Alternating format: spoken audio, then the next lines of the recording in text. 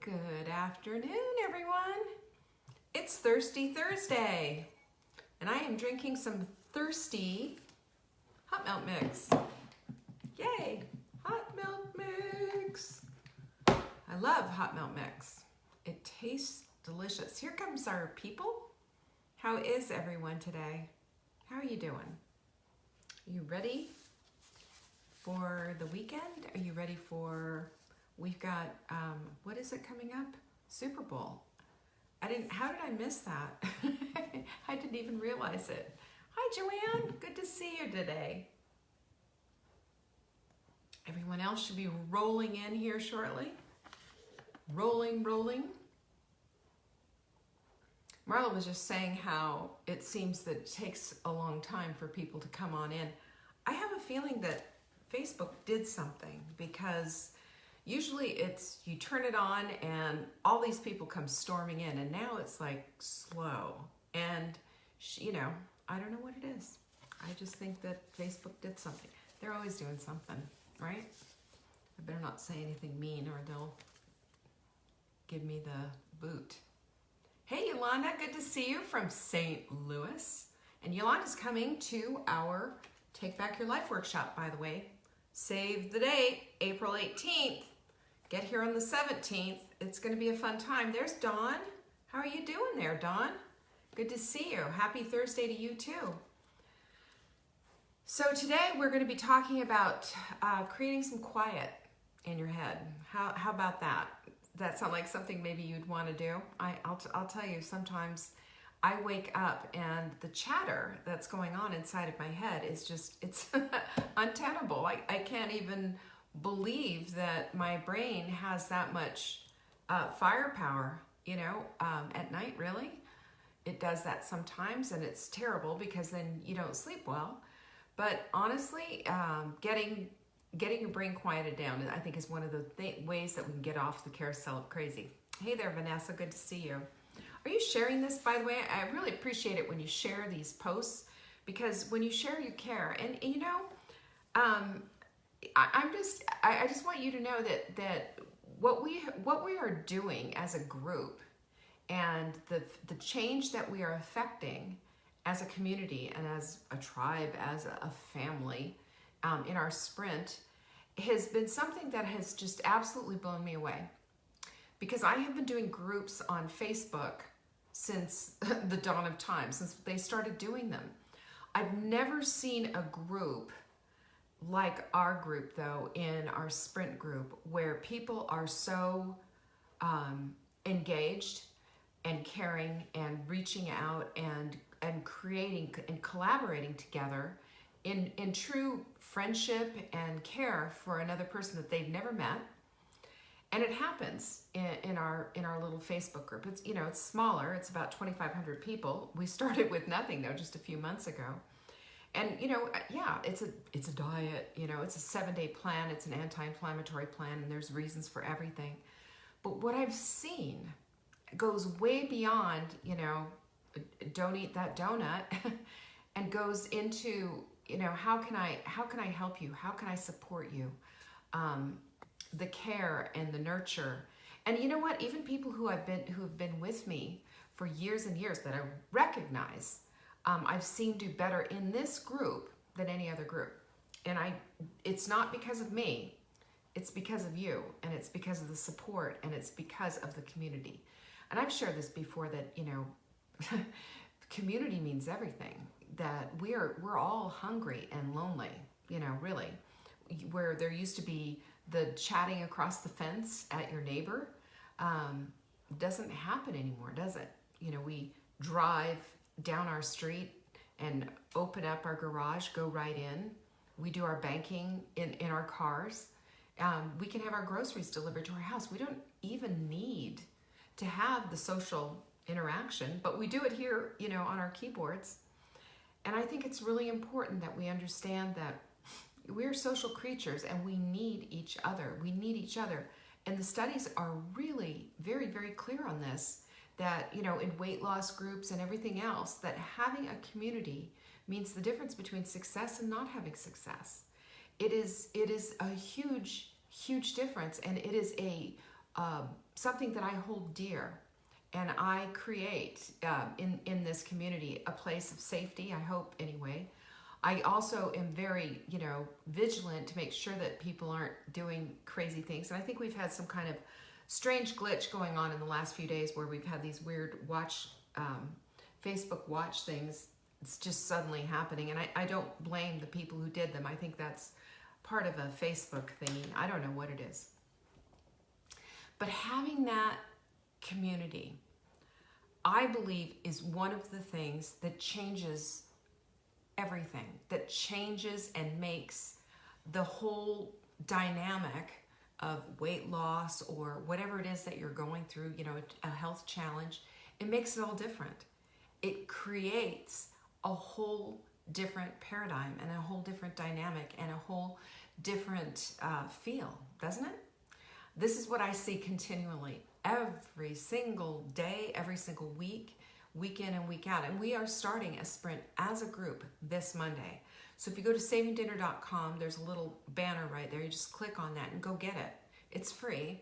It's 18 pages that tells you exactly what to do and how to do it. And it really is, it is a very effective plan. And there's a lot of people here who will give me an amen on that because they have done it, repeatedly over and over. And I do it with you every time as well. So I just invite you to go take a look at that. It's something that one of the I've had people ask me, why don't you charge for this?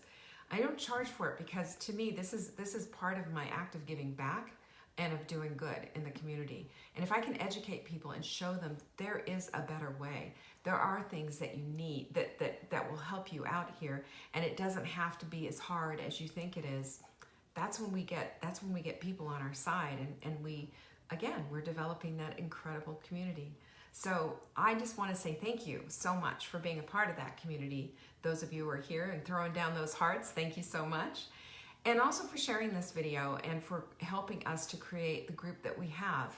Because I believe that we can bring more people along. The more people we can bring along to feel better in their human suits, the more people we're able to save and to help rid this world of the inflammation that everybody's being torched with inflammation, and they're getting a lot of really wrong information out there. And I want to stop seeing people being held hostage by a lot of pharmaceutical drugs and interventions and what have you, when a lifestyle intervention is what needs to happen here.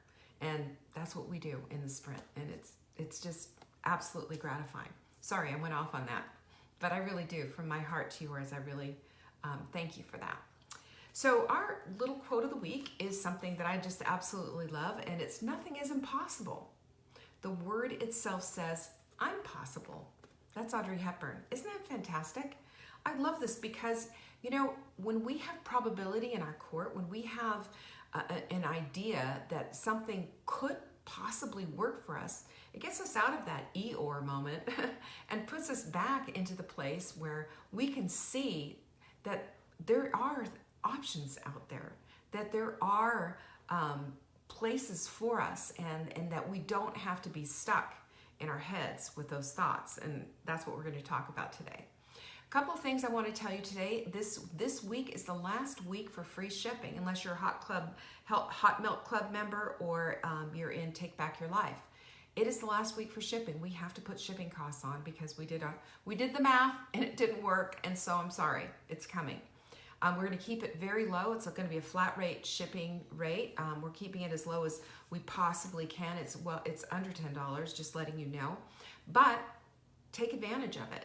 Bulk up, go buy what you need, get into the store and go get what you want. Also, our Wise Women's tea is flying off the shelves. I mean, we're more than halfway gone. And let me just say, we ordered, let's say, a truckload. So if you want to get it, go get it. This is our own custom blend with green tea, black tea, and bergamot. And it's so fresh. It's like the freshest tea you've ever tasted. You'll love it.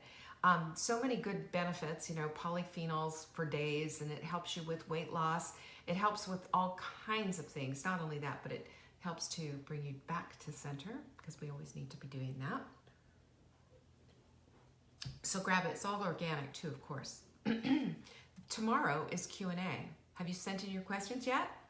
You know I love to answer them. I'm a nutritionist for over 25 years, so I have seen it all. Sometimes I say that and then I get surprised. But if you have a nutrition question that's just burning in your head, send them over to me at support@savingdinner.com. In the subject line, all you have to do is write in there, question for Leanne on Friday. And guess what? I will answer it. That's my promise to you. I will answer it. You just have to send it in. Can't read minds, guys. So Q&A, free shipping, tea, and the sprint starts Monday. I covered all my bases. Do you want to talk about our thing today? And don't forget, save the date, April 18th, right here in Asheville. Or, well, not Asheville, actually. It's Brevard, but you fly into Asheville, North Carolina, and I am telling you, it's Full Bloom is the name of our workshop, and it's for women who are in full bloom, because this is when we're our most fragrant, our most beautiful, and this is when art is created by, classic artists. Just go take a look. Beautiful, isn't it? It's going to be such an amazing, amazing workshop, and not only will you get to meet me, but you will get to meet Jenny and Danny. They're going to be there from our team, so it's going to be really fun. I'm really excited too, because I've never met Jenny. I've met Danny a few times, so it's going to be great. Alrighty then, you ready? Let's talk about this, because here's the thing, and of course this came to me as I was having the chatter going off in my head around 5 o'clock this morning.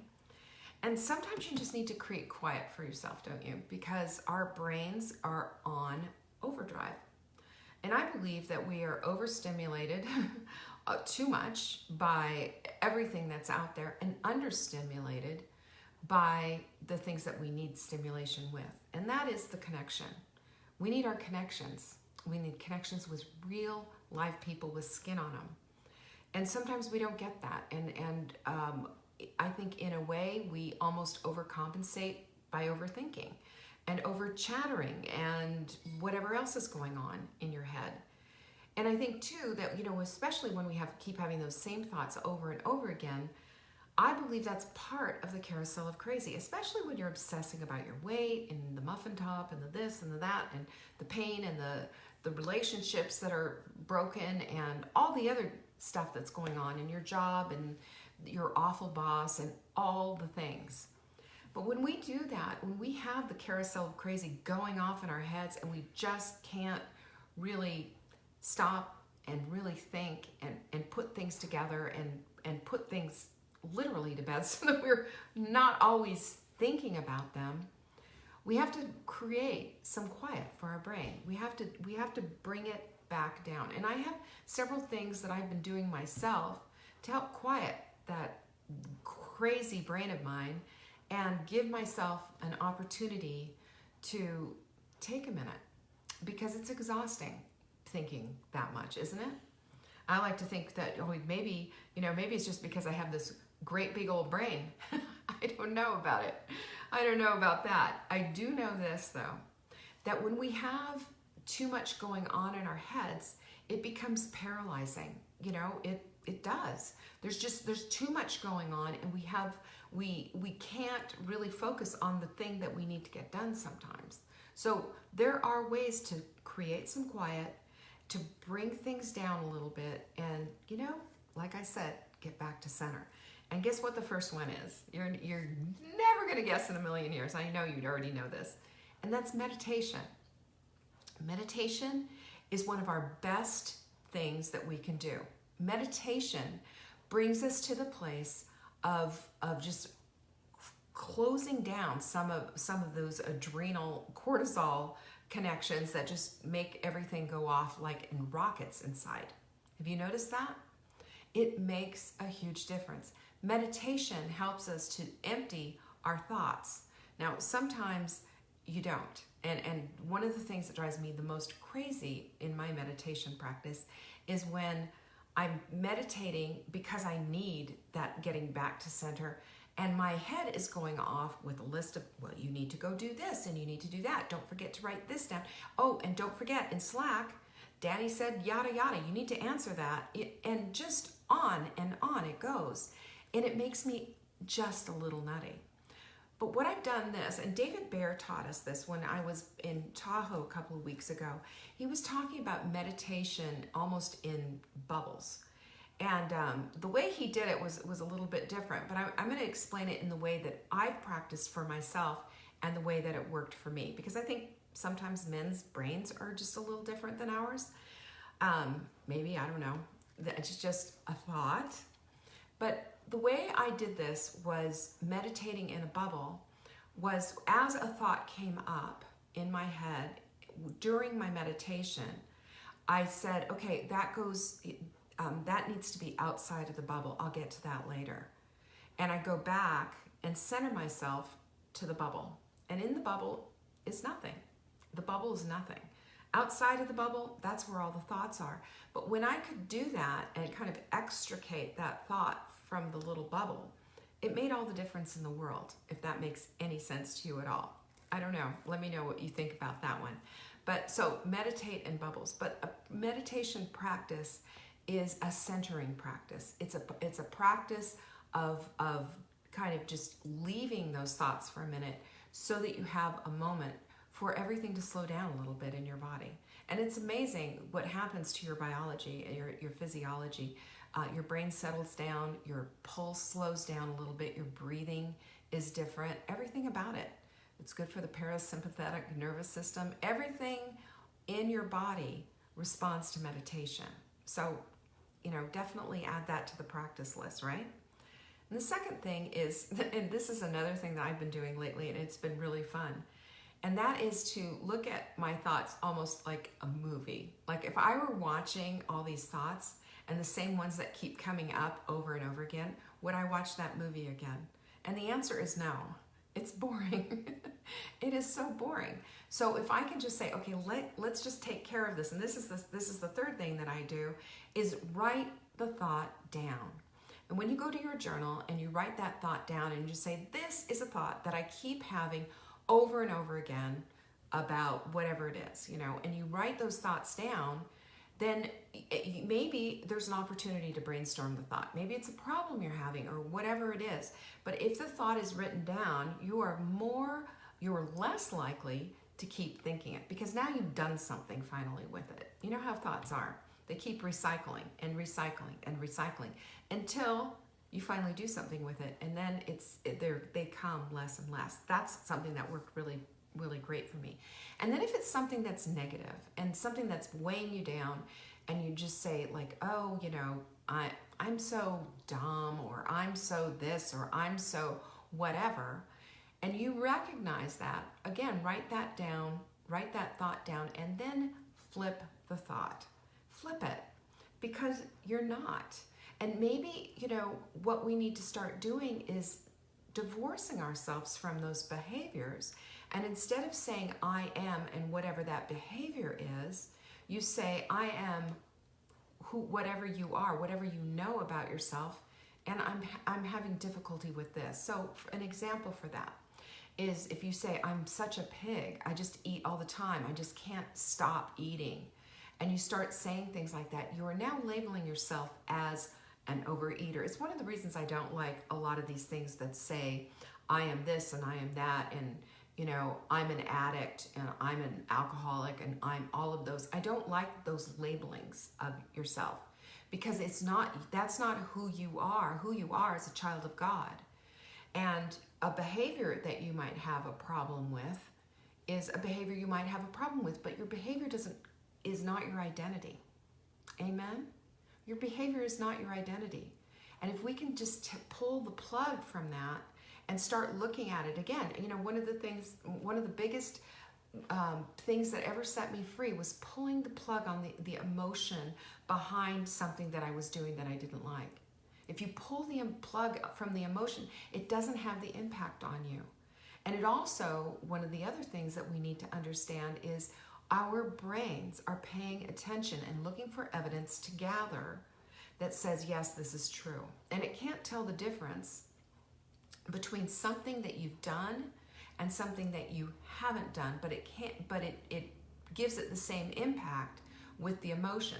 So one of the things, for example, that you can do, and they did this whole test, which was so interesting was that if you are playing the piano, they did a test with some pianists of just thinking about playing the piano and thinking about the song in their heads and the emotion behind it and what have you. And then they have pianists who actually did play the piano and did the whole thing. And there was no difference between the pianists who thought about doing it versus the pianists who actually did do it when they measured their brains, when they did, scans of their brains. So that tells us that there's that reticular activating system again, right? And looking for the emotion, looking for everything that goes with it. So when we put emotion behind something that we don't want in our lives, we're underscoring it to our brains that this is something that we want to keep in. Keep that in mind. That's a huge, juicy piece of information that you should write down, underscore, highlight, and put gold stars all around. And remember this when you start coming across that, especially if you do have some kind of a repetitive behavior, binge eating sugar or whatever, and start berating yourself with all that emotion and what have you. Take the emotion out of it and call it for what it is and start working on it in a very proactive way with an accountability partner to redirect it. Because you can't do it as a one-man show. You can't. It needs to come out of you, and you need to figure out another outlet for that emotion. Amen? And then the other thing is that, free those emotions, free those thoughts, and give them to God. If anybody's going to be listening to you and all the crazy making that you have in your head, and who cares, it's God. He does care about that. If he cares about the hairs on our head and what number they are. Remember, I picked up a hair the other day that I found on my desk, and I said, this hair has a number. It's not just how many hairs are on there, but every hair has a number. It's like he's named every hair on your head. That's the detail in which he cares about us. If that's the detail in which he cares about us, then those thoughts mean something to him. As crazy as they're making you, they mean something to him, and he knows what to do with them. How exciting is that? And it's free. It'll take you a minute. It'll just say, here it is, God, God, here it is again. Here, you hear what's going on. You see the crazy making going on in here. Help me out. You don't think he'll be there? He will be there. And so the other part is, number 6 is, they'll come back. Those thoughts will come back. And when they do, let them go again. And let them go again. And let them go again. They just do. The more you keep on with this, again, unplugging the emotion from them, unpinning them, if you will, from your brain's bulletin board, and just keep giving them away, it's after a while, it's gonna be, it's gonna just be a futile thing, and they're not gonna come back. Honestly, if you're doing all these proactive things that we're talking about. And you know what the last one is? Laugh. When you laugh at things, and you just say, there it is again, that crazy thought. Just stop for a minute and just laugh and just say, this is ridiculous. This is crazy. I'm no longer pinned down by that. I gave that up. This is silly. Laugh at it. Dismiss it. Right? Dismiss it. You're done. You're done. Bye-bye. We cannot stop what's going on in our brains. We can't. We're not brain dead. We have a lot of things going on in our brains. But we can take a minute and do some of these different things so that we can redirect the whole thing. If we keep doing the same thing over and over again, we're going to keep getting those same darn results. And that's not what we want. You know what you want. I know what I want. And if what you're thinking about isn't what you want, then it's got to go. And there you go. Here's all your different things that you can do with it. And the last resort is always laughing. You got to laugh at it. Because, there's always something the great divide that wants to keep you away from the things that you want. And it's not God. I'll tell you that right now. It's not. So keep all of these things in mind. Because your brain does go on overload. And you've got the yipping going on in your brain. I know you do, because you tell me about it.